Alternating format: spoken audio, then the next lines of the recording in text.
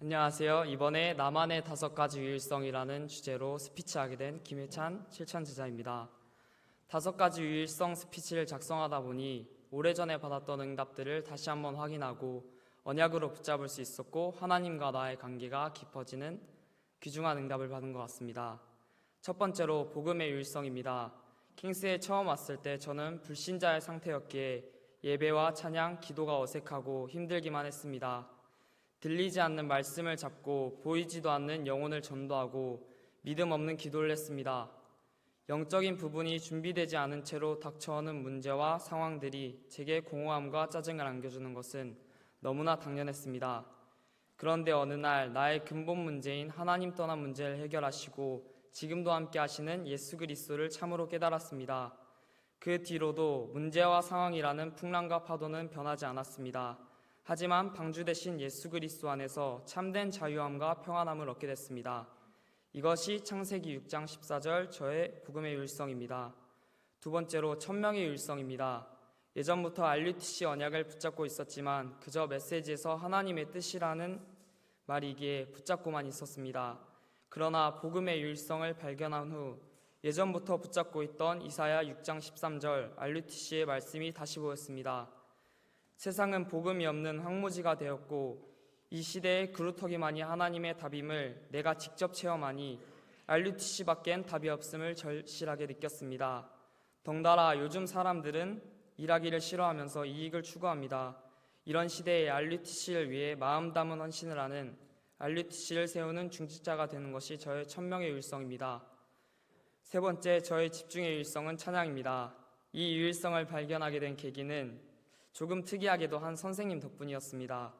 오래전에 찬양하는 일은 저에게 그냥 하나님께 곡 조이는 기도가 전부였습니다. 그런데 어느 날 찬양 기도회에서 한 선생님이 찬양을 부르면서 정말 신나는 표정을 짓고 있는 것이 잘 이해가 안 갔습니다. 과연 이렇게까지 신날 일일까? 라는 생각과 함께 복음의 충격요법을 경험한 저는 세상에서 가장 기쁜 찬양을 하게 해주세요 라는 기도를 하게 되었습니다.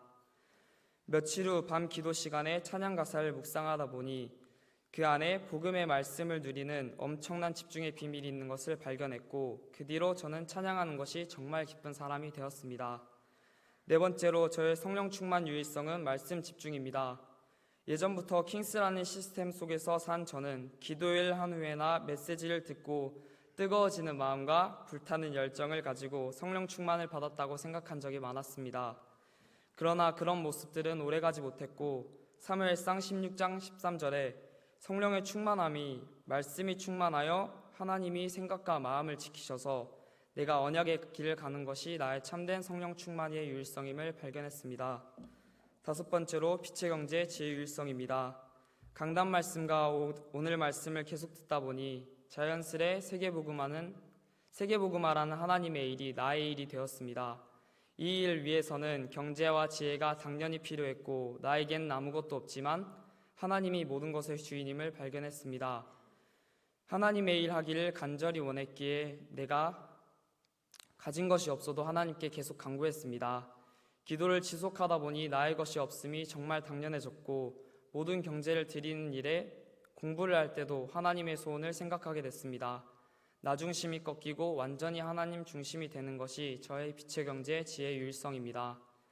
스피치를 마치면서 하고 싶은 말은 복음 안에 있는 우리에게 문제와 시련은 발판이고 모든 것이 언약의 여정을 이뤄나가는 우리의 하나님의 여정이라는 것입니다. 그렇게 문제 밖에서 살고 복음 안에서 있는 힘을 얻는 우리 킹스 7천제자가 됩시다. 킹스 7천제자 화이팅!